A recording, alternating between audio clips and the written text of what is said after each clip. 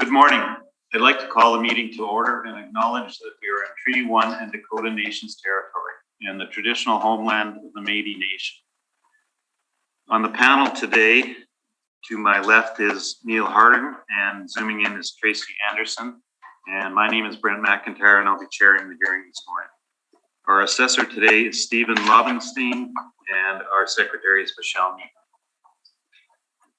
To the Zoom participants of the hearing, please note you are placed in the waiting room until your property is called upon. When it is your turn, you will be admitted into the meeting. Kindly follow along in the City of Winnipeg's Board of Revision YouTube channel for the hearing process.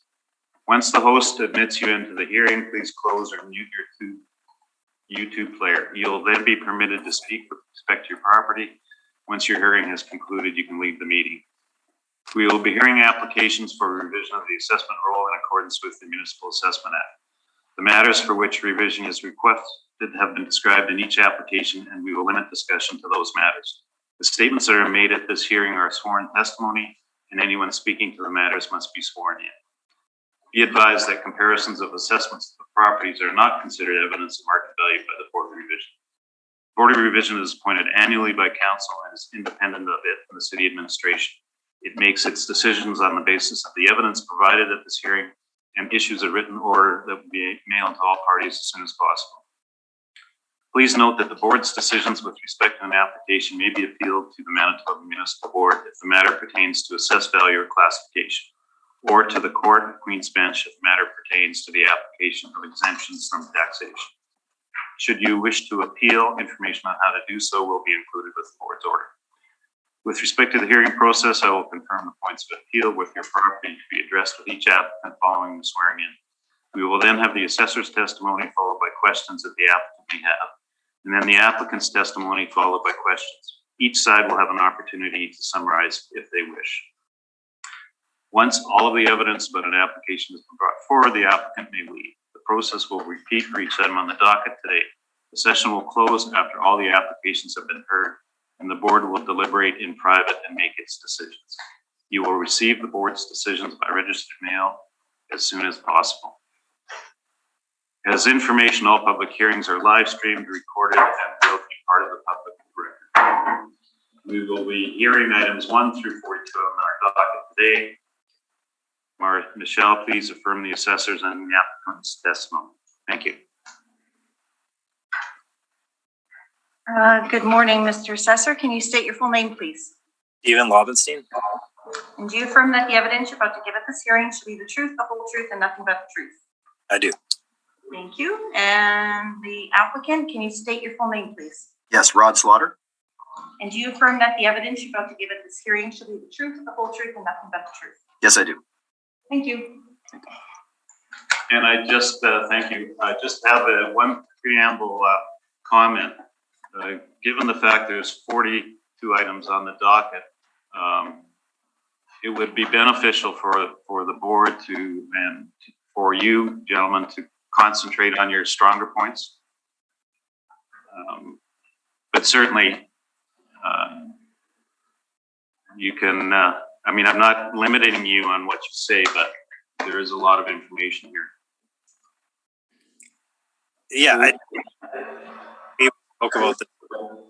And I mean, my evidence basically supports all 41 appeals. They're all very, very similar. So, I mean, I was figuring we could just go through it one time and apply it to all of them. I'm not too sure the board protocol on that, but I mean, if that's something that everybody's okay with. Rob? Yeah, I think that makes sense, Mr. Chairman. It's they're very homogeneous units. So really the evidence that both Mr. Lobenstein and I would present would apply to all. Okay, that sounds good. So we'll start with the first item on the docket. It's 15 Keith Road, Unit 203. And Stephen, you can start. Sure. The roll number is 0756913825. As we said, it's a Unit 203, 15 Keith Road. The assessed value is $356,000. So going down to the property description, you see that under parcel use, we have this as a condo industrial. So, and this is sort of what's brought us to the appeal today. This used to be one roll number, this building. It's now been separated into, I think, 71 separate roll numbers. And we're obviously here today for 42 separate appeals. So what happened was that the owners of this property have decided to break up all their units and give them their own roll number. So now with their own roll number, they have to pay their own taxes, and they also have the ability to sell off any one of these specific units. So to give you an idea of sort of how they've done this, if you go down to my page 13, this is how they wanted the structures broken up for the replot. So we can see that all the units are very similar in size. They all range between like 2,000 square feet up to 3,000 square feet. And it also continues on to my page 14. So this is basically what's brought us here today, is this replot, and then us sending out the supplementary notices, tax notices for these 71 properties, in which 42 have been appealed. I would just like to make a note that some of these, not all of them, but some of these will be merged together. There will be more replots for this property going forward, so there'll be more supplementary notices coming out. That being said, as I said, just my note there, all my rent comparables and addendum material will be used as evidence for all the appeals today. So moving on to my, I'll move my page, my page 9. You get an idea of what the property looks like and where it's located. It's on Sherwin and Stevenson Road, although at one point it was called Keith Road. You can get another look on page 9 of how the structure is set up with all the flex warehouse properties, how all the units are sort of broken up there. And again, you can see how the property looks on my page 10 as well. And then there's just some street views of the property on my page 11. You get an idea of what it looks like as you drive past the property. And we have some more street views on my page 12 too. So moving forward, we're going to look at and this is the supporting evidence for the model rents. So rent comparable, they're all in very similar proximity to the subject property. They are all very size. So as you can see, they range from 2,000 square feet almost all the way up to just over 3,000 square feet. And of course, the rents as well average from $7.41 a square foot all the way up to $8.50 a square foot. So these are the rents that our model is based off of, these market rents. So you can see they're all in very similar square footage to the subject properties, which range between 2,000 and 3,000 square feet. They're all in a very similar area. So being on St. James and King Edward and Notre Dame and St. Century and Dublin and Barrie, that's all very close to the subject property in St. James. And of course, the lease terms, the lease starts and the terms are before the reference date, but still close to the reference date. And the lease terms are pretty typical for the market, ranging between 1 year to 8 years. So moving forward onto my page 4, we can see the income workup. And we can see our model rent here at $7.69 a square foot. This is based off the market rents I showed above. We have 2,914 square feet for this particular property for a potential rent of $22,409. We're applying a 4% vacancy, and we're also applying our 2% expenses, which I'll get into later. And we have a 5.8 capitalization rate. That is a lower capitalization rate, but that capitalization rate is lower, mostly due to the size of this property at 2,914 square feet. That's what we're seeing in the market for these types of properties around this size. So moving forward, so onto my page 6, I believe is, you see the capitalization rate table, industrial one down, and you can see the range for it is from $5. 5.5% all the way up to a 9.8% on the high. So this one at 5.8% is the lower capitalization rate. We also have some outside sources or Kohlers. That's at 6.5 to 7.25. CBRE for industrial A is from 6 to 6.5, and for the B it's from 6.5 to 7.25.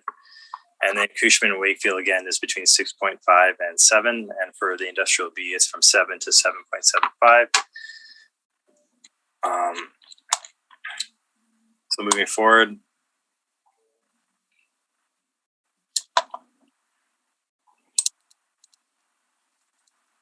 We're going to move down to my page 16. At the bottom of my page 16, you can see actual industrial cap rates in the market. So we can see that we have 4 of them there, and they range from 4.97% all the way up to 8%. And then also we have our non-recoverable expense sampling on page 17. So this shows that our 2% expenses for non-recoverables is pretty typical of the market. And that and you see that there's a chart of over 30 or 29 different properties that are ranging expenses for a total median of 1.6%. Going forward, I have some outside sources. These are similar to the ones that were in our chart. They just hold a little more information for your benefit to look at if you'd like, for cap rates and vacancies and such. That goes down to page 20. So obviously further down, we have other properties to cover here, over 40 today, but that's the bulk of the evidence that supports our model rates. So I feel that a value of $356,000 is fair and equitable and should be confirmed. Thank you. Thank you. Rod, any questions? Yeah, thanks, Mr. Chairman. I do have some rebuttal evidence, but maybe what I'll do is ask a few questions of Mr. Lovenstein, and then the board may have some questions. And then it's up to you, Mr. Chairman, if you'd like me to present my direct first or the rebuttal first. Well, I think we'll have the direct first. Okay, thank you. So for questions, thank you very much, Mr. Lovenstein. I just want to confirm some of the physical attributes of the property. The description on your page 1 says the actual year built was 1977, but in fact, there's only a couple buildings from 77. Many of the buildings are from 67. Is that correct? Let me just check here. We have 77 on most of our property. Oh, well, no. I mean, that's just for that particular one. So we have 1970 other property going forward and 74. So it seems we have 77 to 74. Not seeing any 67 properties at them. Oh, there's 68. Yeah. Okay. I would agree. Yeah. Yeah. So that's just one point to make clear that although we have very homogeneous units across the board, there is slight age differences with some of the buildings. This would be the newest building in the complex. But otherwise, all of the buildings have the 18-foot wall height. Is that correct? That's correct. Yeah. So originally, this property, as you described, it was a multi-tenant property. It was a complete property with about 140,000 square feet or so. And that was assessed as a multi-tenant property. Is that correct? It was one. Yeah, that's correct. It was a property. Yeah, and it was assessed or valued via the income approach, where appropriate market rents were applied to each of the units. Is that correct? Yeah, there would have been. Now it wouldn't have been 71 units because, like I said, there's going to be merges going forward. Some units actually are larger than the 2,000 between the 2,000 and 3,000 square feet that we have today. Yeah, I think there was probably 40 units or something that were comprising the total, somewhere in that number approximately. And the replot asked us to break it up into 71 different units. Yeah. And at the time, you may recall the property was assessed with an average market rent across all the units of $6 a square foot. Is that correct?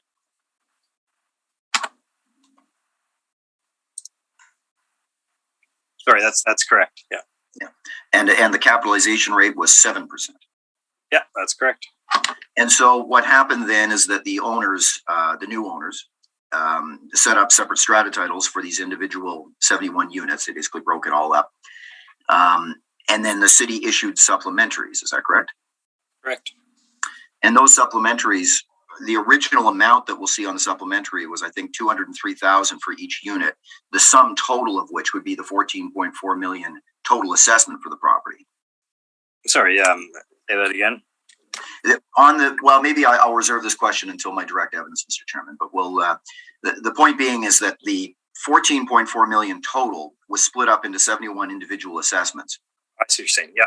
Yeah. Well, 71. Well, I guess, sure. I mean, at the time when it was assessed, there weren't 71 units. This is now new.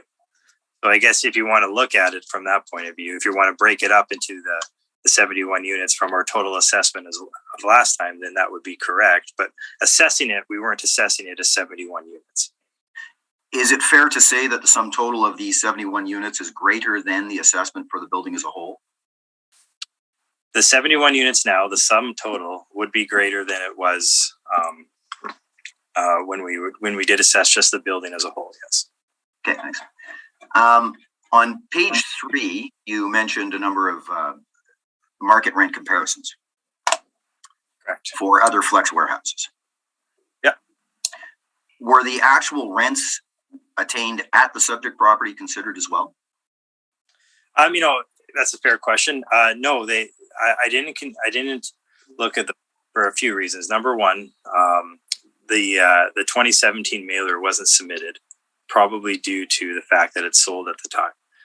So any evidence past 2017 would have been post-reference. And I felt evidence before that wouldn't be exactly accurate if I was using the 16 or 15 mailers, although I guess I could have. But the point being, our model is based off the market. So these are all market rents that are very similar to the subject property in age, location, size. And so our model is based off these rents. Okay. And for the capitalization rate on, I think you mentioned the evidence. Well, sorry, you mentioned that the capitalization rate is now 5.8% for the individual units as opposed to the 7% for the total building. And I think you mentioned that the logic was that the smaller the unit, the lower the cap rate should be. Correct. Yeah, the less risk it would carry. Instead of purchasing a property, I'm not too sure. I think this one sold for something like $25 million. Some can buy a smaller property for our assessed value is $357,000, which would assume a lot less risk.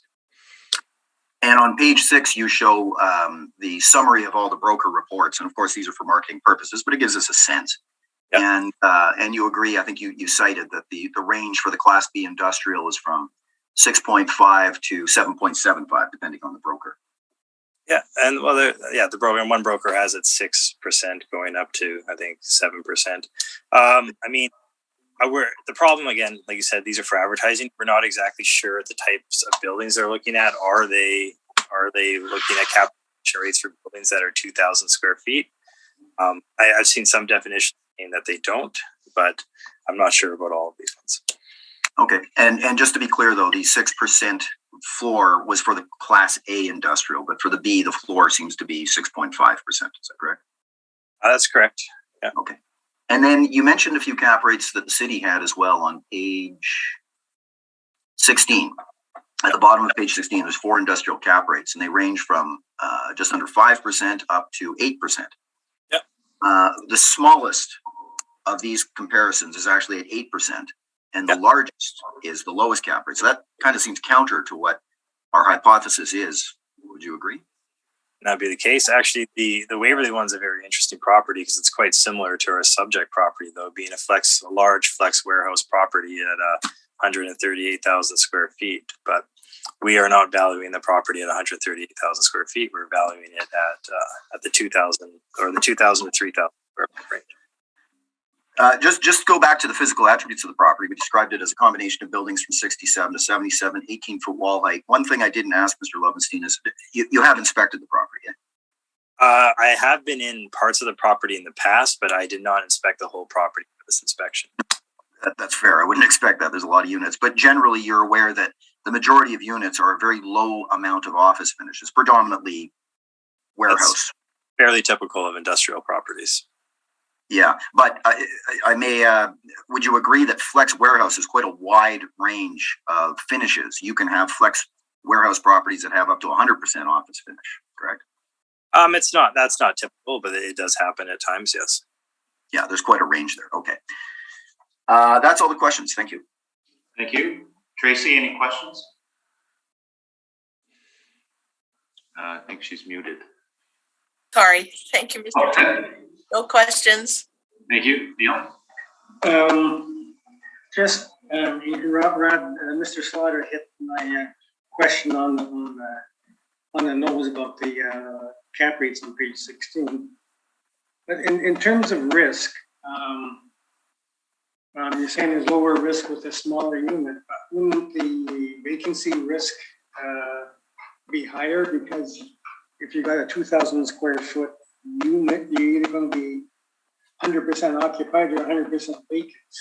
Wouldn't that speak to your risk? Not particularly. You can't really look at this as just like one large unit with or one, like that's the whole point of sort of these industrial condos now. This unit alone is just 2,914 square feet. So it needs to be assessed on 2,914 square feet. So the risk isn't now over the entire property. It's just this one particular unit. So sure, I mean, if the unit's vacant, then it's 100% vacant. But there are more, I guess, businesses out there that are looking for a property that's at 3,000 square feet, and they are looking at properties that are 20,000 square feet or 50,000 square feet. So I would say risk of vacancy is a lot lower for a property like this. Okay, I have no more questions. Thank you. I just have one question. The building is 45 years old, correct? Correct.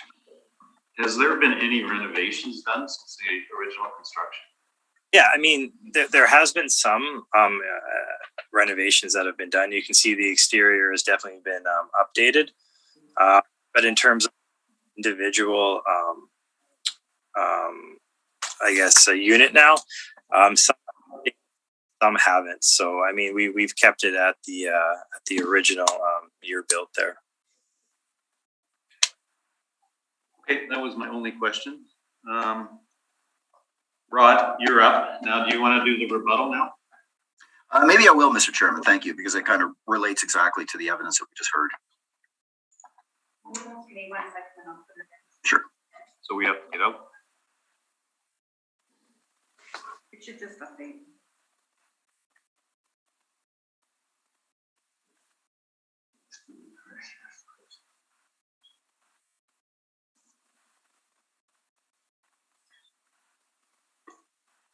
There it is. Tracy, do you have the rebuttal? No, she wouldn't have it. Oh, sorry, you won't have it yet. Neil, you got it?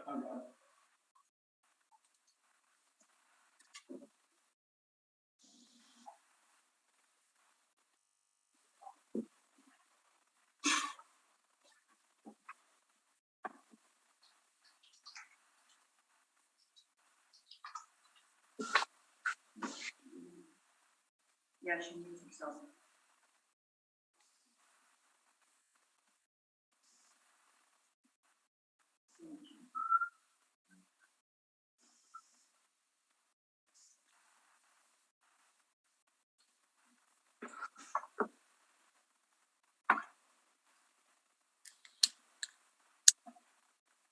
Okay, I've received it.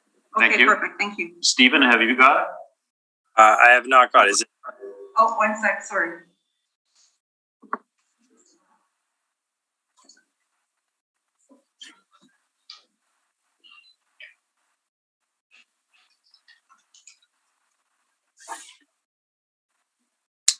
Yeah, I have it now.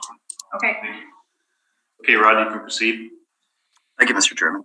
So one of the questions that I had asked Mr. Lobenstein was about comparing the subject property, which is a very basic finish, minimal office finish, mostly a warehouse bay, to other flex warehouses. And it's a fair comparison typically, but one of the things we have to caution is that you can have varying degrees of finish in the flex warehouse category. And that degree of finish typically, not always, because many factors will influence market rent, but it typically will increase the market rent potential. So when we look outside of the subject property itself to other different properties of differing finishes, we can get quite a range. And I'm going to go through the city's comparisons, Mr. Chairman, and give some information of what I've found about each one or what I know about them, because in many cases we actually work for those properties. And I'll summarize it now, and then I'll walk through. And that is, when you have lower degrees of finish, all of the things being equal, we're typically in the $5 to $7 a square foot range. And we'll see that when we see the subject property itself. When we get to higher finishes is where we see the rents creeping up to over $7. So on page 1 is the first of the city's comparisons that they had on page 3 of the evidence. It's 1692 and 1680 Dublin. This is a client of ours. It was built in 1988. So it's quite a bit newer, and the wall height is 20 to 23 feet. It has 9 units, Mr. Chairman. They range in size from 1,761 square feet to 10,000 square feet. And the rents attained range from $5 for the largest unit up to $9.50 for the units that have almost full office finish.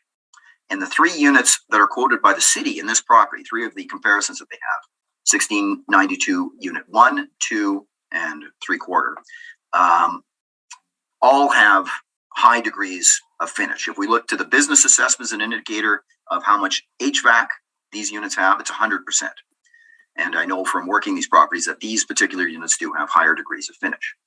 So I would use a bit of caution with those 3 off the top. Now we go to the second comparison property, 2130 Notre Dame. I actually think this is a better comparison. It was built in the same age range as the subject property, 1969 to 74. It's in the same general location. Wall heights are 18 to 20, very similar. The city had assessed this property with 8 units that they had at the time, ranging in size from 1905 square feet to 11,429. And you can see the model-driven rents that are applied to the property. They range from $5.94 to $6.60 a square foot. These are more similar types of units. As a note, again, a 7% cap rate was applied to this property. The unfortunate thing is when we look to the 2018 rent roll, we no longer see that there was a 2133 square foot unit. So, from what we have on the rent roll now, we have, I guess they combined some of the units into larger ones. But in any event, the actual rents that were attained previously and that were applied by the city are more in range of what we typically see for a lower degree finish flex warehouse space. And that is in the $6 range. The next comparison, Mr. Chairman, 1391 St. James. So this is now in a higher traffic corridor. It's on St. James Street, just north of Saskatchewan, built in 1980. And this is more of what I describe a kind of commercial-oriented flex warehouse. And the 2 rents that were chosen by the city of the 22 units within the property both have high degree of office finish. One is Arnott Agencies at Unit 12, and the second is BioVision Seed Labs. If we looked, and again, we know this property well because we work for the owners of this property. If we look to the 22 units and look to the units that are more akin to the subject property, the lower degree of finish, I have 3 examples here, 4 units, 4, 7, and 8. They're in the $6 to $6.50 range. Again, this supports my original comment that we'll see a range of rents depending on the amount of finish.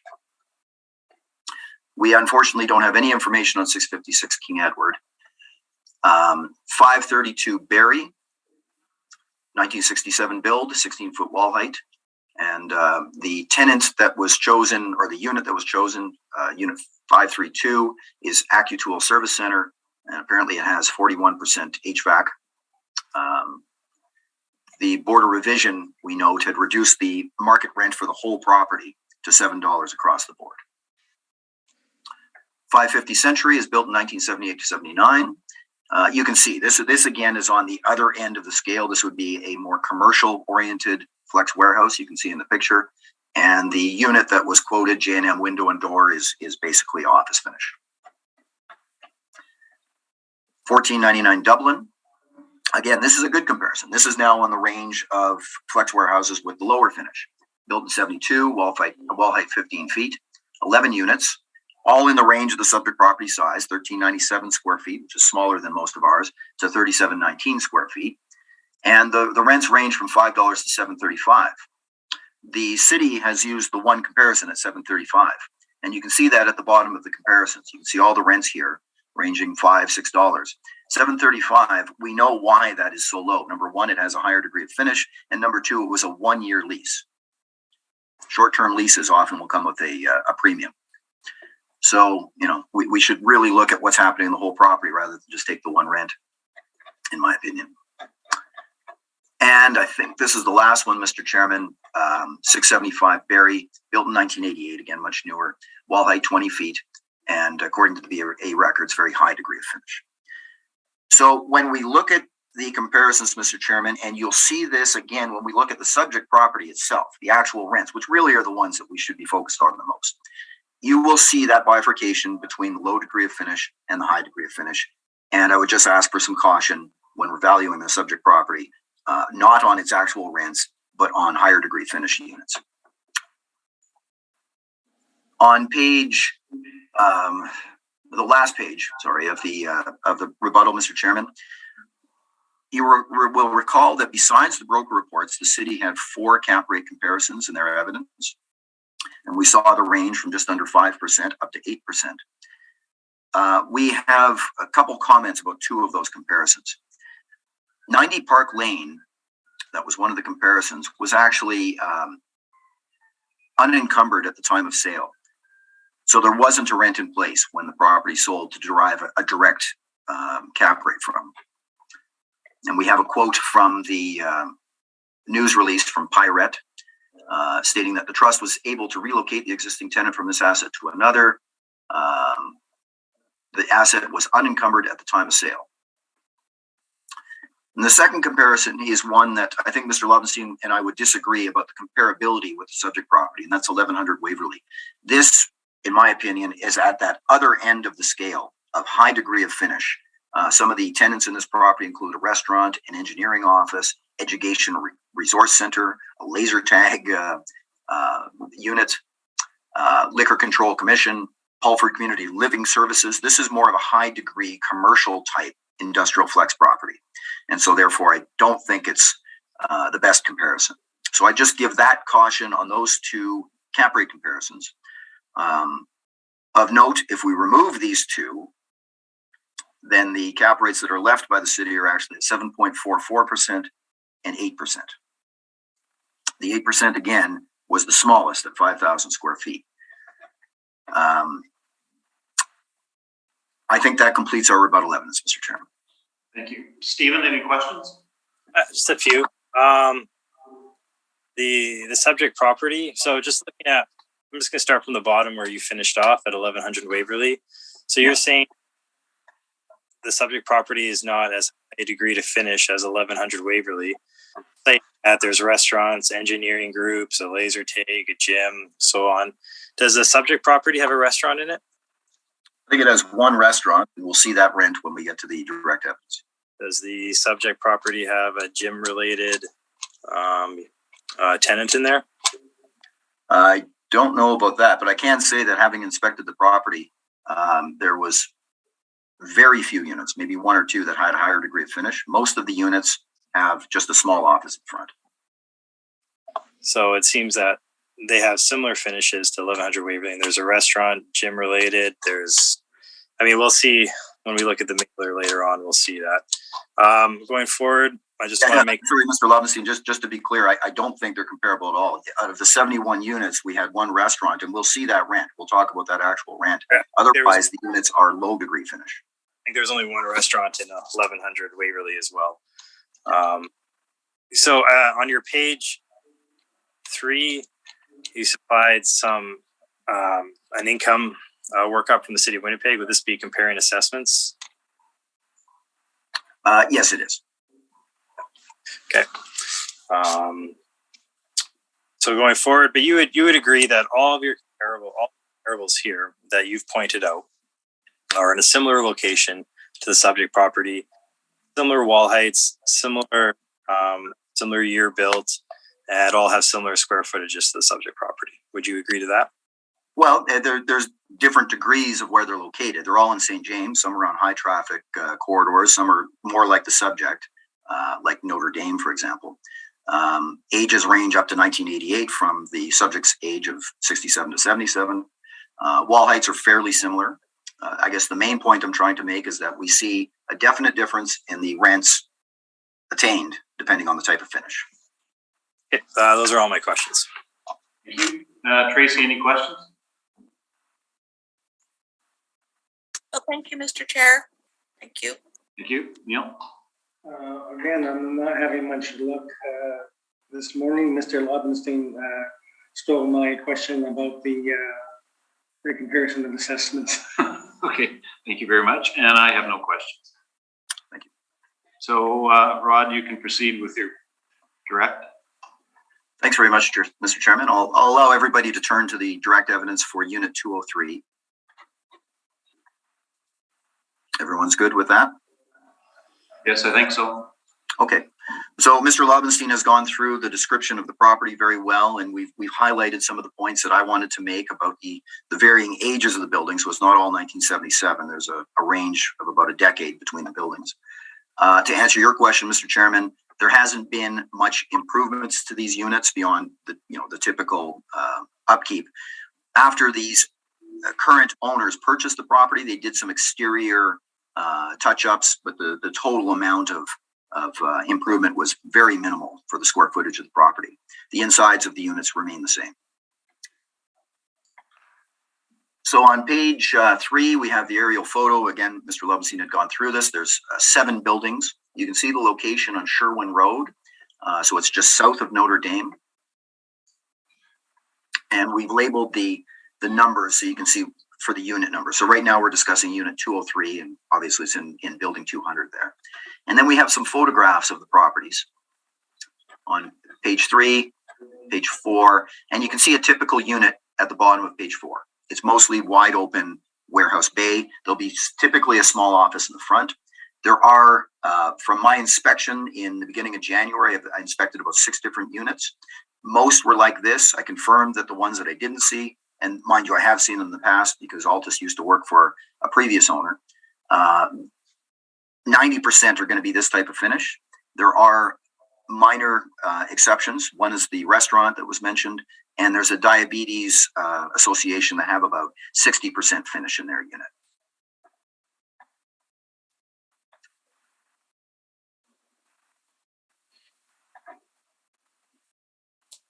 So there were originally, when this property was assessed as a whole, there were approximately 50 units, and they ranged in size from 2,000 square feet.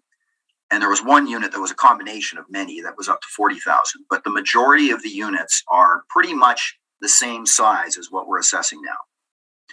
And we'll see that on the rent roll when we get to that in a moment. Now, in the questioning, I had asked the question about how the property was assessed before the strata titles were set. And it was assessed as one property, 7 buildings, 50 units, based on the income approach with market rents applied to each of the units. The physical nature of the units hasn't really changed. The only thing that's changed is that they've been set up on separate strata titles. The average rent applied was $6 a square foot. I will come to the rent roll to show you that that was basically what the property was attaining on average, is attaining on average. On top of that, that's how the property was assessed. The property was actually purchased in March of 2018, March 22nd, 2 weeks before the reference date, for $22 million. And that included its sister property at 1216 Sherwin.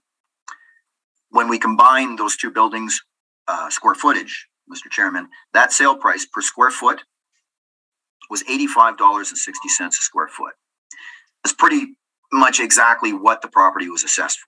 So we have an assessment for 2020 of the individual units combined as a whole property that is supported by a sale price right at the reference date, $85.60 a square foot. We now have the individual units set up as strata title condominiums with the same income potential, but their values are $122 a square foot, a 56% appreciation because of setting it up as strata titles. Now, I'd like to skip ahead, Mr. Chairman, if I may. I'd like to draw the board's attention to page 16 in our appendix.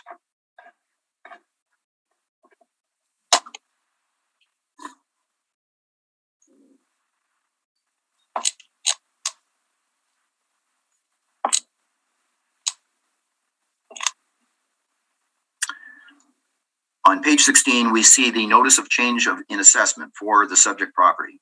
And we'll see this for every single unit in evidence today. Not that I expect that we have to go through each one, but you'll see this. And what it shows is that when the strata title was set up, a supplementary was issued, which makes sense. A new roll number is created for this unit. And you can see the previous assessment was set. Well, that assessment, 203,000, you'll see that, 203,014, that basically is the previous assessment of about $80 a square foot applied to this unit's square footage. It then increased to 356,000. That's the part that concerns myself on behalf of the owners. What happened from taking all of the individual units into their individual components that used to sum total the 14.4 million and escalate those by 56%?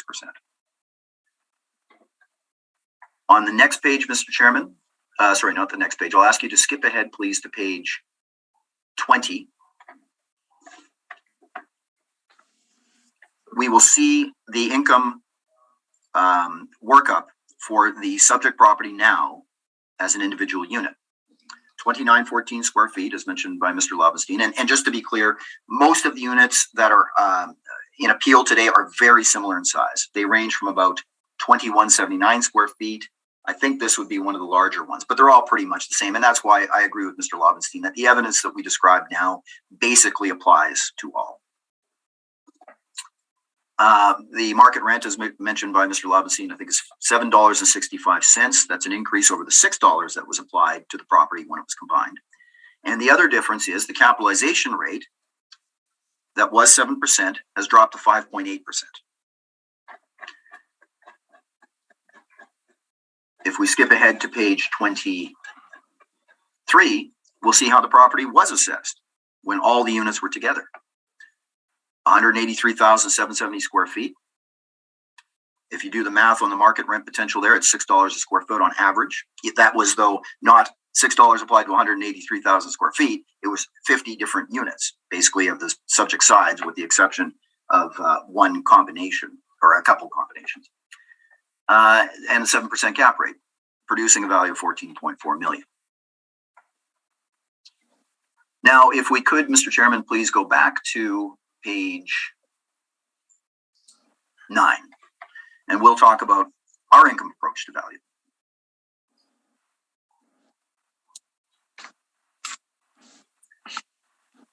So we have a unit now, 2914 square feet. The original assessment, when this unit was part of the whole, averaged $6 a square foot. And I think this is one of the big differences between the city's approach and ours, is that I would prefer that if we're going to look for the income potential of these units, that we look to these units. Because, as I mentioned, you can have quite a range in the flex warehouse category. So the actual rents, the samplings of the actual rents in the property, Mr. Chairman, and I've taken both high and low, so it's not it's not pinpointing certain types of rents. They range, as you can see here, from a low of $4 a square foot. These rents are as of the reference date, April 2018, up to a high of $7.95 a square foot. The average is $6.07 a square foot. We can now see how the original assessment for 2020 was derived using the actual rents, coming up with an average of $6. And again, that's supported by the actual behavior of the market when the property was purchased arm's length for a price that basically equated the assessment. So the city, the market, and today myself are all saying that the market rent potential for this property is not $7.69 a square foot. It's $6 a square foot. That's what it attained. The rents at the high end of the scale, again, Mr. Chairman, are those units like the Diabetes Association that have 60% finished. That's where you get up into the $7.95 or so, or over $7, let's say. But typically the rents are going to be between $5 and $6 or $6 and $7 a square foot. The low at $4 a square foot is because it's the larger unit that I described, almost 30,000 square feet. So we wouldn't really consider that either. But what we'd end up as, and you can see here, many of the rents signed right at the reference date. I can point out Index 11, April 18 is the commencement date, 2250 square feet, $650 a square foot in the subject property.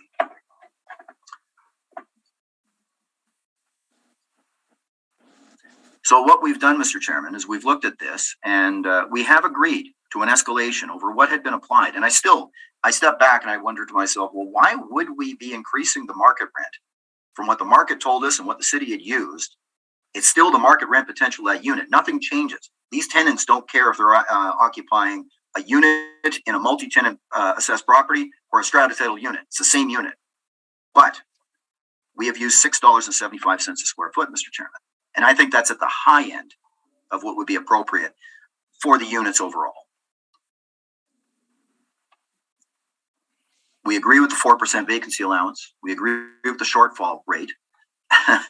We have the same contention we typically do with the non-recovered expenses. And I know most of this panel has heard Altus talk about this. I could go into detail again, Mr. Chairman, or I could just summarize our position on this. You can just summarize. Yeah, okay, thank you. So historically, non-recovered expenses have been a combination of 5% for non-recovered management-related expenses, 2% for what we considered structural reserve. Total was 7%. In 2020, the city reduced the 7% total down to the 2% only. We felt that was inappropriate because it's ignoring the non-recovered expenses that any property would incur, whether it be single occupant or multi-occupant. And those are anything that you can't typically recover in the leases from the tenants. And it's an amortized allowance. It'll be up, it'll be down. If you have a single tenant, there was a question earlier, well, is this really less risky to have 71 individual units rather than one large property? I would suggest not really, because exactly the point made by Mr. Harden that you could have a 100% vacant unit that's not selling. And when you finally do get a tenant, you're going to have to expend tenant inducements, landlord improvements, leasing commissions, professional fees, and they're going to be well in excess of the 5% typically. But the point is, it's amortized over the life. The most important point, Mr. Chairman, is that we are consistent in the application of our net operating incomes in how we derive our cap rates and how we value the properties. That's the most important part. So when we turn to our last contention on capitalization rates, I will show you in a moment the capitalization rates that we consider. And when we derive those cap rates, the methodology we apply is exactly the same as the methodology I'm proposing, which includes the 7% for the non-recovered expenses. So I guess my point is, Mr. Chairman, that should the board wish to not apply 7% and rather apply 2%, our cap rates change. If the board was to be listening to the cap rate evidence that we're presenting, the cap rates would go up by 40 basis points. If you take out that 5%, the cap rates come up by 40 basis points. So, we want to be consistent in how we develop our valuations. So that leads me to the capitalization rate. I see no evidence whatsoever to support a decrease or compression from the cap rate of 7% to 5.8. The broker studies that we both have looked to, and let me be clear, this is not an A property either. So for the B properties, the floor is 6.5 up to 7.75. There may be an argument that it's easier to sell a 3,000 square foot unit than a 183,000 square foot multi-tenant building. That's fine, but there's also the risk that you have a bunch of units unsold and perhaps without tenancies. So we have to be careful about that assumption. But the fact is, even if we did compress the cap rate from 7%, based on that hypothesis of less risk, where do we get 5.8%? So we go through comments about the broker studies. I'll maybe skip over this, Mr. Chairman, because it's basically just talking about what the studies show. But we also have 6 comparisons. Well, sorry, 5. We've taken out the portfolio comparison at number 5. So please ignore that. We have 5 comparisons that we've developed from properties that had actual income and sold in the market before the reference date. And we have a range from 6.5 to 6.94%. The important thing here, Mr. Chairman, is that we do apply the 7% non-recovered expense allowance when we derive these. So again, if the board didn't wish to apply 7% as the non-recovered expenses and only 2%, we ask that the cap rate that we're asking for be increased by 40 basis points. And the cap rate that we're asking for is the floor that we see from our evidence and from the market broker reports of 6.5%. So on page 13, we summarize, we've applied $6.75 a square foot as the market rent. We have no contention with the vacancy allowance, the shortfall. We apply a 7% non-recovered expense allowance and a 6.5% capitalization rate. And we then, Mr. Chairman, come up with a value, $263,000, which is $90.41 cents a square foot. And again, I step back at this point and I say to myself, why am I agreeing to an increase at all? Because the sum total of all these units had been set by the market and the assessment department to be approximately $80 or $85 a square foot. But I'm allowing for a slight escalation because there was a comment that perhaps there is less risk in selling these units. I'm not even sure if I'm convinced of that myself, but that's why we have 6.5%. Again, the market rent, it is what it is. Nothing's changed with that. The rents that they attain are the rents that they will attain as of April 18 for these units. And we saw the range. So we ask for a value of $263,000, which is $90.41 a square foot. That is basically the rationale, Mr. Chairman, for every one of the properties in appeal today. So they'll all be seeking a value of approximately $90.41 a square foot. I think that completes our presentation. I do have, sorry, I summarized the rents, but I have the April 18 rent roll in evidence starting at page 24. So the board may take a look at that. You'll see all the rents that I cited. And again, they range from $4 up to the highest of $7.95 when we have a higher degree finish unit, but they average $6 a square foot. And that completes our presentation. Thank you very much. Thank you. Stephen, any questions? A few. Early on, you spoke to the physical nature of this property, saying it hasn't really changed from the original assessment before it was broken up into the strata units. But I mean, when viewing it or assessing it, it's taken a massive change where you now have 71 units ranging from 2,000 to 3,000 square feet. And if we look at your rent you have on your page 9, you see that there are some that are 2,000 square feet, but you have 4,000, 10,000, 13,000, 29,000, 8,000. So from an assessment point of view or an appraisal point of view, this property, you would agree, had massive change. Sorry, Mr. Levinstein, I missed the last comment there. From an assessment or appraisal point of view, you would agree that this property has changed. Has not changed? Yeah. Huge. How you assess the property. That's correct. So your statement of it physical nature hasn't changed. I mean, I don't know if you want to roll that back, but this property has changed a lot in terms of how we view it and how we assess it. Well, I guess its legal status has changed, but the physical nature of the units has not changed. And so I guess my point is that the tenant is not going to care about the legal nature of the property. They're renting a unit in its physical condition. And I see no reason why we would all of a sudden change the market rent potential from what it was and increase it by 56%. So I guess that's the point I'm making. This isn't for the tenant. This is to value the building as is. The building as is, as the owner wanted it broken up, was into 71 units ranging from 2,000 to 3,000 square feet. that's how we have to value it. So, I mean, this has changed a lot.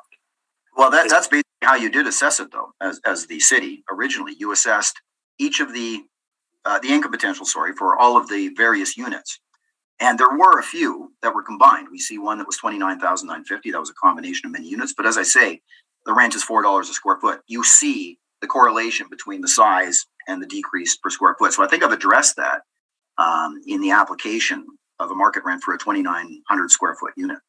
Okay, I'm going to address your page. It's not really a question. I just want to address it. It's page 16, where you spoke about the previous assessment to the revised assessment. That's more of just a procedural thing for a replot. We need to balance out the original value, and then we go forward. And after we've balanced it out, we assess the new square footage. So, I mean, I can see why you've broken it down that way, but that's more just how we do it procedurally. And that's Mr. Robinson. I think the reason I pointed that out is it's interesting that when you take the parts that made the whole, you see the 203,000, and then you see the escalation from that, and that's what, in my mind, raises the very large question mark. As I explained before, the parts are different what the whole was before, as how we were assessing it. Going to your page 12, looking at your capitalization rates, index number 3, that's the property, correct, that we're dealing with today? Oh, yes, it is. Yeah, that would be both this property and 1216 Sherwin. And that is a 6.94% cap rate. And you've applied 6.5% for a property that's 100 times smaller than that property. Yes. So you feel that that's a fair assessment, that a property that's 100 times than what we're today, only I guess 0.5% cap rate decrease compared to so that's a fair assessment, you feel, for the risk factor of this property? Yeah, I think it completely is, because if I'm an owner and I set up 71 different strata titles for a property and this is the purchase price before the current owner, by the way. The current owner paid very similar cap rate because they paid, it would have been about 6.75%. But the point is that there's risks in each individual unit when you set that up. You're not guaranteed to sell each one of these units. You're not guaranteed for tenancies in each one of these units. So it's still the same physical asset. You just divided it up into separate strata titles. And even if I was to agree to a compression, which I have, I then look to the market to see what makes sense. And I see nothing to support below 6.5%, and which is why I've used 6.5%. Yeah. Similarly, looking at your rent roll, there seems to be on your pages 30, and it's hard to tell. I mean, obviously not inspected it. You supplied one photo with the finishes, but there seems to be a lot of different types of businesses in here that could also have high finishes as well. So, I mean, I guess you've only inspected a few that had a low level of finish. You didn't inspect any that possibly could have higher levels of finish with photo evidence? Yeah, I've inspected one unit. What I did is when I asked the property manager, can you show me what the typical units would be? And they showed me a sampling of 4. And then I asked, are most of the other units like this? And they said, yes, with these exceptions. And I went and saw one of those exceptions, which was the unit with the Diabetes Association in it, which had about a 60% office finish. So, yes, I am very comfortable in my statement that the majority of these units are a lower degree of finish. And it's basically corroborated when we take a look at the market rents that they attain. A property like 1100 Waverly is more of a commercial, highly finished completely, almost every unit. It's a very different type of flex warehouse property. And I guess just my last question on page 9, you only looked at the rents of the subject property. You didn't look at any other market rents within the area. That's correct. Those are all my questions. Thank you. Tracy, any questions? No questions, Mr. Chairman. Thank you. Yeah. I've got a question of the assessor arising from this. You got a 2,916 square foot unit, and whether it's assessed as one unit in a whole, out of a whole big complex or individually, why would you generate a different rent for that 2,916 feet? Why would the model generate different rents? It's still only 2,916 feet, whether it's assessed as part of a whole or individually. Sorry, you mean like originally no assessment? Yeah, originally, well, it was generating the rent of $6, I'm presuming. And now it's generating the rent of $769 for the same 2,916 square feet. Why would that 2,916 square feet have a different rental value? Whether it's one individual unit or part of the whole complex. Sorry, I'm trying to find where that original rent came from that you're speaking of. Well, I'm just looking at on page 9 there. It seems to be unit, well, item 21, 2,916 square feet, $6 rent. Those are actual rents. Those aren't our model rents. Okay, but So our model would have been $7.59. Or all right. Okay, thank you. Thank you. I have a couple of questions. If I go to page 4 of your brief, Rod, it's the sample vacant unit. Yes. Now, are those overhead doors at the back of the unit? Yeah, almost every unit has, they're all set up, each unit is set up as this kind of a standalone bay. So each one has an overhead door at the rear. And this particular one has 2? Yes, it appears that way. Some of these units will be combination of what were 2 units. Oh, I see. It could be subdivided into 2 units. Yeah, I think, Mr. Chairman, if we look to, you can't quite tell, but in the overhead photo on page 3, I thought maybe we could see, but not quite. You can't quite see how the doors go, but you can kind of get a sense of how the units, and Mr. Lobenstein's brief as well shows how the units are all set up. And they're for the majority, as I say, about 90% of them are going to be your standard bay warehouse. They'll have a small office at the front and 1 or 2 loading doors at the rear. Okay, and if I look at the, I mean, obviously the HVAC system is not from 1945 or 1967, right? Correct? Yeah. That looks like that is not common in many of the units. This is their show unit. So some will have HVAC, the majority not. But certainly the heating system must have been upgraded since 1977. Likely. I mean, the building would have gone through, typical upgrades that would bring it to market standard, but nothing significant except for exterior touch-ups have happened since the owner purchased it in March of 2018. And we can see that from the pictures, obviously. Yeah. Okay, that was all my questions, and that concludes the first property, I believe. And I think we'll take a 10-minute break. So we'll be back in 10 minutes, and then we'll move through the rest of them. Sure.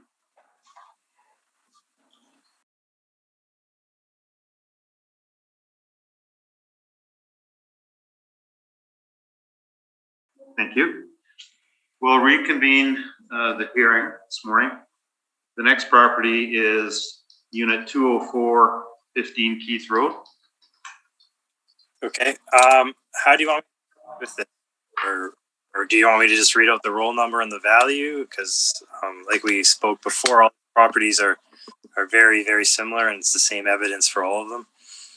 Well, I think you'll have to say that each property, and same thing with you, Rod. Sorry, say that again. You'll have to read the roll number and the address. Okay. And the description of the property and the assessed value.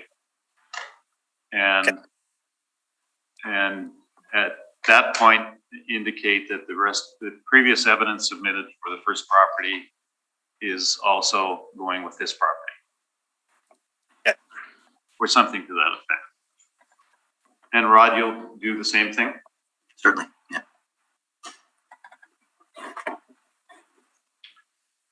Okay, Stephen, let's go.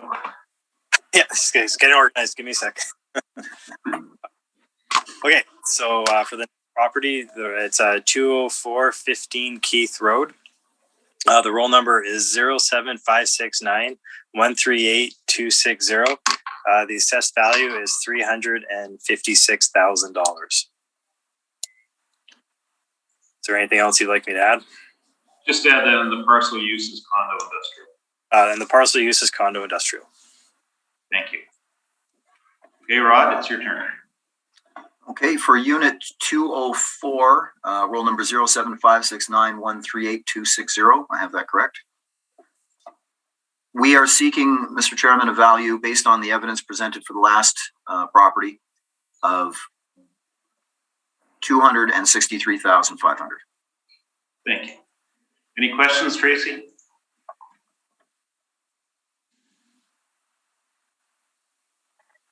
Tracy? Oh, I'm sorry, I apologize. I was just getting unmuted there. No questions, thank you. Neil? Okay, I note this is practically the same size as the previous one, so I have no questions. And I have no questions. Thank you. We'll proceed to item 3 on the docket, and that is unit 20515 Keith Road. Stephen, you can go ahead. This Is 0756138 20515 Keith Road. The assessed value is $360,000, and the parcel use code is condo industrial. Thank you. Any questions, Rod? No questions, thank you. Okay. Tracy, any questions? No questions. Neil? no questions. And I have no questions. And I think rather than us saying we have no questions, we'll do it after Rod's presentation. Sure, thanks, Mr. Chairman. That works? Okay. Sure. So again, following the same evidence, this is a slightly different size. So the value that we come out with is the same per square foot value based on $675 market rent. The other parameters as described in a 6.5% cap rate. The value being sought is $263,000, Mr. Chairman. If it's of interest to the board, I've tried to identify, oh, sorry. Sorry, I have to open that one up. And Neil has one question. Okay, just of the assessor. Slightly smaller unit, 2,905. How can that result in a larger assessment? Well, it has a slightly larger rent per square foot at $7.71. Okay, thank you.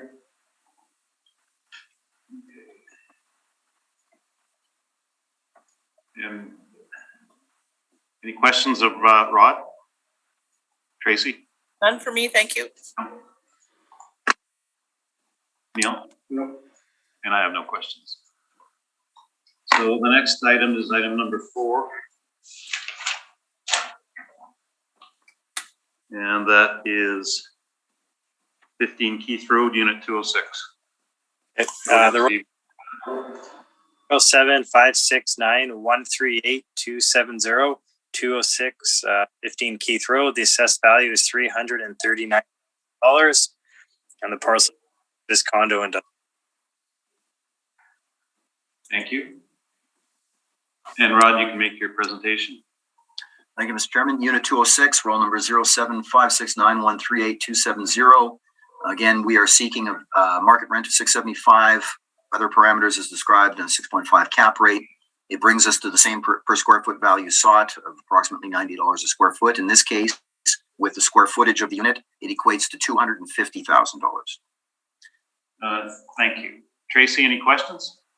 No questions, thank you. Neil? No questions. I just have one question of Stephen. Sure.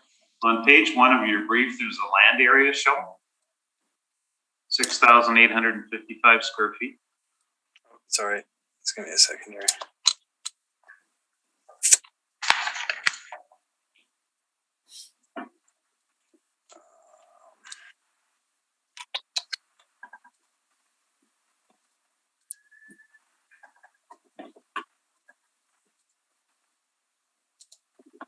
I got mixed up here. It's give me a second. My apologies.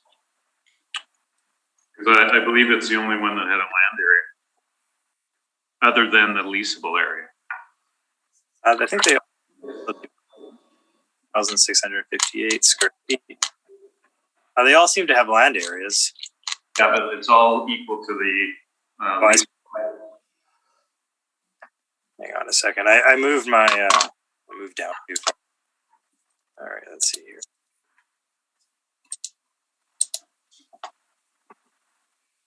Yeah. So the land area is different. That's probably just something that occurred in the replot. We'll have to change that. But thank you for pointing that out. So it should be 2,766? Yeah, correct. It should be the same. Okay, thanks. That was my only question. And now we go to item number 5. Stephen, you can start. So we're at 115 Road. The roll number is 07569138275. Test value is $310,000, and we have a parcel use code of condo industrial. Thank you. Rod? Unit 301, we are seeking a value based on the same parameters, $90 a square foot. It equates in this case on 2,567 square feet to $232,000. Yeah.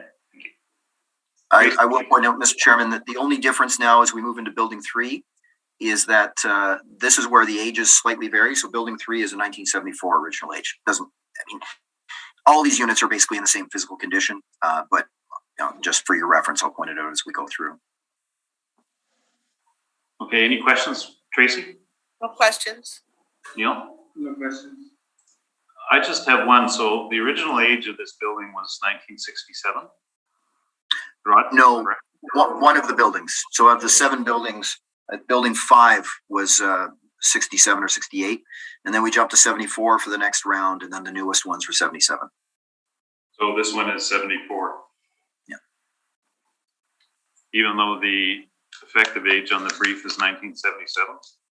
Yeah, and I'd agree with that, Mr. Chairman, because as you pointed out, these units have all been brought up to a kind of fairly uniform condition, minus different finishings in some. So the effective age that the city applied, I think, is fair across the board. So actually, it's a moot point if I bring up the original ages. Maybe I won't bother. Okay, thanks. That was all my questions, so we'll move to. Let me just get it now. 302 15 Keith Road. The roll number is 07569138280. 302 15 Keith Road. The assessed value is $300,000, and the parcel use code is condo industrial.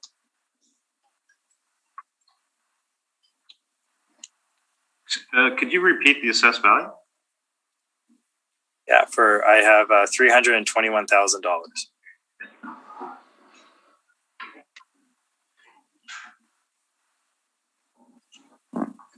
And Rod, you can proceed.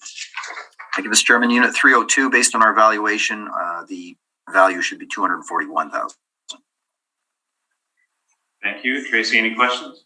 No questions, thank you. Neil? No questions. And I have no questions.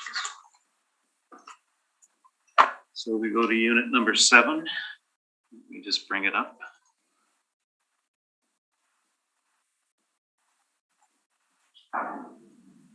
Okay, Stephen, you can proceed. We have 303 15 Keith Road. The roll number is 07569138285. The assessed value $321,000. We have a parcel use code of condo industrial. Thank you. And Rod? Unit 303, we have a valuation of 241,000. Thank you. Any questions, Tracy? No questions, thank you. Neil? And I have no questions. So we'll go to item number 8 on the agenda. And you can proceed, Stephen. The address is 304. The roll number is 0756913890. We have an assessed value of $351,000.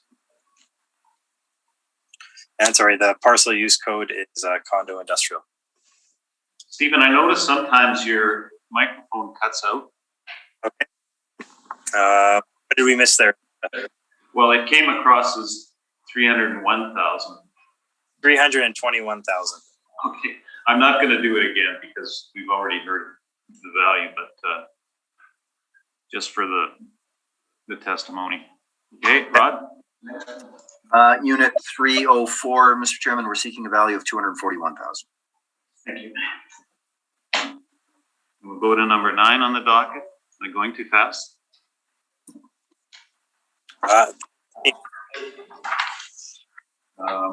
Okay, Stephen, you can proceed. Okay, 305, unit 305, 15 Keith. The roll number is 0756913825. The assessed value is $320,000, and the parcel use code is condo industrial. Thank you. Rod? 305, we are seeking a value, Mr. Chairman, of 240,000. Thank you. Tracy, any questions? No questions, thank you. Neil? And I have no questions. So the next one is item number 9. And Stephen, you can proceed. Unit 306, 15 Keith Road. The roll number is 0756913830, and the parcel use code is condo industrial. Oh, and sorry. Go ahead. And Rod? Unit 306, we are seeking a value of 241,000, Mr. Chairman. Thank you. Tracy, any questions? No questions, thank you. Neil? The only thing, I think this is item 10, not item 9. Oh, right, item 10, sorry. I am going too fast for me. You're ahead of your time again. Any questions? No questions. And I have no questions. Now we'll go to item number 10. Well, 11. Stephen, you can proceed on item 11. The address is 307 15 Keith Road, number 0756913830, an assessed value of $320,000, and the parcel use code is condo industrial. Thank you. Rod? Unit 307, we are seeking a value of 240,500. Thank you. Tracy, any questions? No questions, thank you. And the next item is item number 12, 402 15 Keith Road. Stephen, you can go ahead. The address is 402 15 Keith Road. The roll number is 0756913830, an assessed value of $204,000. Use code is condo industrial. Thank you. Rod? Unit 402, we are seeking a value of 199,000. Mr. Chairman, Unit 308, is that part of the mix? Maybe that's at the end. No, it's not. It's at the end, I think. Oh, okay, that's fine. Yeah, it's at the end. Okay. And I found that odd too, so I'm not sure why. It was appealed after the fact, I believe. It wasn't part of the original package that was sent in. Oh, okay. So the next one is item number 13. Okay. The address is 405 15 Keith. The roll number is 0769138340. The assessed value is $273,000.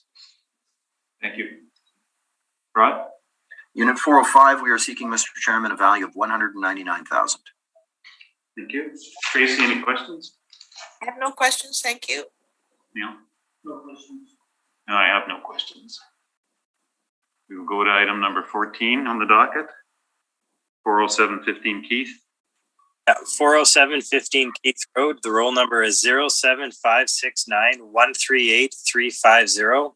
The assessed value is $274,000 and the parcel use code is condo industrial. Thank you. Rod? Unit 407, we are seeking a value of 200,000 even, Mr. Chairman. Thank you. And Tracy, any questions? No questions, thank you. Neil? No questions. The next one is unit 40815 Keith. And Stephen, you can proceed. Unit 40815 the roll number is 07569138355. The assessed value is $274,000 and the parcel use is condo industrial. Thank you. Rod? Unit 408, we're seeking 199,000. Thank you. And Tracy? No questions. And Neil? No questions. And I have no question.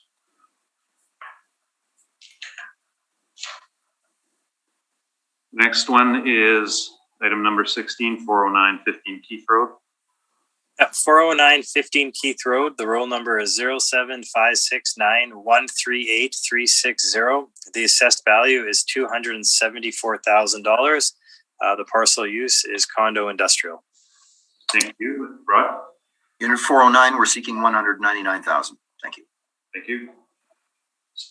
Tracy? No questions, thank you. Neil? No questions. And I have no questions. The next item is item number 17, 41015 Keith Road. And Stephen, you can proceed. 41015 Keith Road, the roll number is 56913835, and the value of $274,000, and the parcel use is condo industrial. Thank you. And Rod? We are seeking a value of 199,000. Thank you. Thank you. And Tracy, any questions? No questions, thank you. Neil? No questions. And I have no questions. The next item is item number 18, 41115 Keith Road. Stephen, you can proceed. 41115 Keith Road. The roll number is 07569138370. The assessed value is $274,000 and the parcel use is condo industrial. Thank you. And Rod? Unit 411, we're seeking a value of 199,000. Thank you. Thank you. And Tracy? No questions, thank you. Neil? No questions. And I have no questions. The next one is item number 19, 41215 Keith Road. And Stephen, you can proceed. 41215 Keith Road. The roll number is 07569138375. The assessed value is $264,000 and the parcel is condo industrial. Thank you. And Rod? Unit 412, we're seeking a value of 191,000. Thank you. And Tracy, any questions? No questions, thank you. Neil? No questions. And I have no questions. The next one is item number 20, 50115 Keith Road. And Stephen, you can proceed. 50115 Keith Road. The roll number is 07569138565. The assessed value is $241,000 and the parcel use is condo industrial. Thank you. And Rod? Unit 501, we're seeking a value of 186,500, please. Thank you. Tracy, any questions? No questions, thank you. Neil? No questions. And I have no questions. The next one is 50215 Keith Road, item number 21. 50215 Keith Road. The roll number is 07569138560. The assessed value is $254,000. The parcel use is condo industrial. Thank you. And Rod? Unit 502, we're seeking a value of 197,000, please. Thank you. Tracy, any questions? No questions, thank you. Neil? No questions. And I have no questions. The next one is item number 22, 50315 Keith Road, and Stephen, you can proceed. 503-15 Keith Road. The roll number is 07569138555. The assessed value is $254,000, and the parcel use code is condo industrial. Thank you. And Rod? Unit 503, we're seeking $197,000, please. Thank you. And Tracy, any questions? No questions? Yeah. No questions. And I have no questions. Next one is item number 23, 50415 Keith Road, and Stephen, you can proceed. 504-15 Keith Road. The roll number is 07569138550. The assessed value is $254,000, and the parcel use is condo industrial. Thank you. And Rod? Unit 504, we are seeking $197,000, please. And Tracy, any questions? No questions, thank you. Neil? No questions. And I have no questions. The next item is 50515 Keith Road, and Stephen, you can proceed. 505-15 Keith Road. Roll number is 07569138545. The assessed value is $254,000, and the condo or the parcel use is condo industrial. And Rod? Unit 505, we are seeking $197,000, please. And Tracy, any questions? No questions, thank you. Neil? No questions. And I have no questions. The next one is item number 25, 60115 Keith Road, and Stephen, you can proceed. 601-15 Keith Road. The roll number is 07569138505, and the assessed value is $285,000. The parcel use is condo industrial. Thank you. And Rod? Unit 601, we are seeking $212,000 value, please. Thank you. Tracy, any questions? No questions. Ian? No questions. I have no questions. The next is item number 26, 60215 Keith Road. Stephen, you can proceed. 602-15 Keith Road. The roll number is 07569138500. The assessed value is $294,000, and the parcel use is condo industrial. Thank you. And Rod? Unit 602, we are seeking $220,000, please. Thank you. And Tracy, any questions? No questions, thank you. Neil? No questions. No, I have no questions. Item number 27 is next, and the address is 60315 Keith Road, and Stephen, you can proceed. 603-15 Keith Road. The roll number is 07569138495. The assessed value is $295,000, and parcel use is condo industrial. Thank you. And Rod? Unit 603, we are seeking $220,000, please. Thank you. Tracy, any questions? No questions, Mr. Chair. Neil? No questions. And I have no questions. The next item is item number 28, 60415 Keith Road. 604-15 Keith Road. The roll number is 07569138490. The assessed value is $295,000. And Rod? Unit 604, we are seeking $220,000, please. Thank you. Tracy? No questions, thank you. Thank you. Neil? No questions. Thank you. And I have no questions. The next one is item number 29, 60515 Keith Road, and Stephen, you can proceed. 605-15 Keith Road. The roll number is 07569138485. An assessed value of $294,000. The parcel use is condo industrial. Thank you. And Rod, you can proceed. Unit 605, we are seeking a value of $220,000, please. Thank you. And Tracy, any questions? No questions, thank you. And Neil, any questions? No questions. And I have no questions. The next one is item number 30, 60615 Keith Road, and Stephen, you can proceed. 606-15 Keith Road. Roll number is 07569138480. The assessed value is $295,000. The parcel use is condo industrial. Thank you. And Rod? Unit 606, we are seeking a value of $220,000, please. Thank you. And Tracy, any questions? Question? And any questions? No questions. And I have no questions. The next one is item 31, 607 15 Keith Road, and Stephen, you can proceed. 607 15 Keith Road. Roll number is 0756913845. Assessed value is $295,000, and the parcel use is And Rod, Unit 607, we are seeking a value of $220,000, please. thank you. Tracy, any questions? No questions, thank you. Neil? No questions. And I have no questions. The next one is item number 32, 608 15 Keith Road. And Stephen, you can proceed.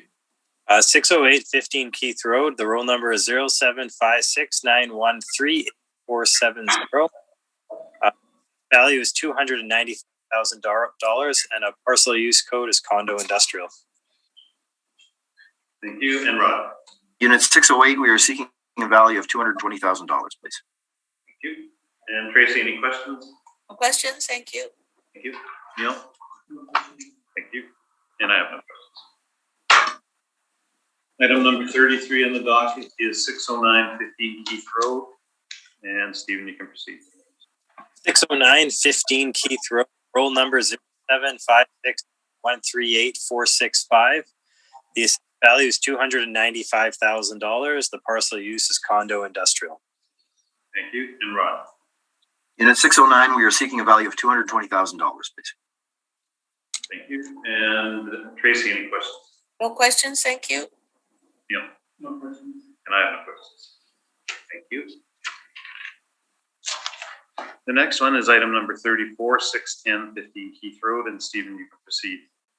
610 15 Keith Road. Roll number is 0756913840. The assessed value is $295,000. The parcel use is condo industrial. Thank you. And Rod? Unit 610, we are seeking a value of $220,000, please. Thank you. And Tracy, any questions? No questions, thank you. Thank you. Neil? No questions. Thank you. And I have no questions. Item number 35 is 611 15 Keith Road, and Stephen, you can proceed. 611 15 Keith Road. The roll number is 0756913845. The assessed $295,000. The parcel use is condo industrial. Thank you. And Rod?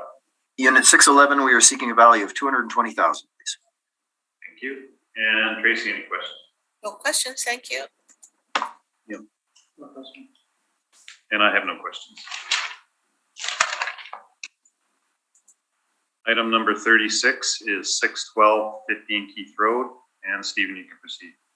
612 15 Keith Road. Roll number is 0756913840. The assessed value is $295,000. The parcel condo industrial. Thank you. Rod? Unit 612, we are seeking a value of $220,000, please. Thank you. And Tracy, any questions? No questions? Neil? No questions. And I have no questions. Thank you. And the next one is item number 37, 613 15 Keith Road. And Rod, Stephen, you can proceed. 613 15 Keith Road. The roll number is 0756913844.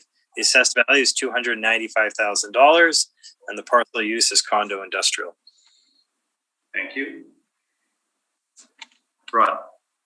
Unit 613, we are seeking a value of $220,000, please. Thank you. Tracy, any questions? No questions? Neil? No questions. And I have no questions. Item number 38, 614 15 Keith Road. Stephen, you can proceed. 614 15 Keith Road. The roll number is 0756913844. The assessed value is $292,000, and the parcel use is condo industrial. Thank you. And Rod? Unit 614, we are seeking a value of $218,000, please. Thank you. Tracy, any questions? No questions? No. And I have no questions. Item number 39 is 710 15 Keith Road, and Stephen, you can proceed. 710 15 Keith Road. The roll number is 07569138390. The assessed value is $344,000, and the property use is condo industrial. Thank you, and Rod. Unit 710, we are seeking a value of $260,000, please. Thank you. And Tracy, any questions? Questions, thank you. Thank you, Neil. Did I hear that right? 260,000? That's correct. Okay, thank you. Thank you, and I have no questions. Item number 40, 711 15 Keith Road. Sounds like 7 roll number is 07569138385. The assessed value $344,000, and the parcel use is condo industrial. Thank you, and Rod, any questions? No questions. Your submission. Unit 711, we are seeking a value of $260,000, please. Tracy, any questions? 316, did you say, Rod? Unit 711 would be $260,000. 260, okay, thank you. That's all my questions, thank you. No questions. And I have no questions. Item number 41 is Unit 712 15 Keith Road, and Stephen, you can proceed. 712 15 Keith Road. Roll number is 07569138380. The assessed value is $331,000, and the parcel use is condo industrial. Thank you, and Rod. Unit 712, we are seeking a value of $249,500, please. Thank you. And Tracy, any questions? No questions, thank you. Thank you. And Neil. No questions. Thank you. And I have no questions. And the final property on the docket today, item number 42, is 308 15 Keith Road. At 308 15 Keith Road, the roll number is 07569138310. The assessed value $320,000, and the parcel use is industrial condo. Thank you, and Rod. Unit 308, we are seeking a value of $240,000, please. Thank you. And Tracy, any questions? No questions, thank you. Neil? No questions. I have one question, Stephen, or not really a question. You've included a 2019 sale on this unit. Oh. And you should remove it from your submission. Moved the evidence, my mistake. Okay, thank you. Well, that concludes the hearing this morning, everyone. Thank you very much. And you'll hear our decisions or receive our decisions in due time. Okay, thank you. Thank you very much. That concludes this hearing. Bye, everyone. Have a good day. Thank you.